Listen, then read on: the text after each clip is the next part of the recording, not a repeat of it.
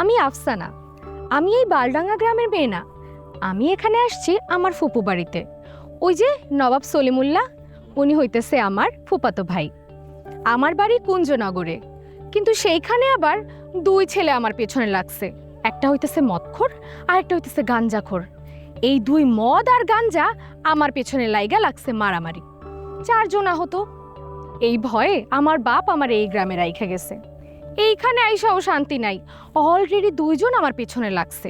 একটা হইতেছে আলিনুর ওরফে জাম্বু, আরেকজন হইতেছে হাতিয়ার কুতুব। আমার অবশ্য 2 জনেরই ভাল লাগে।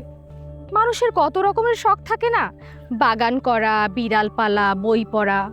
আমার শখ একটাই, প্রেম করা।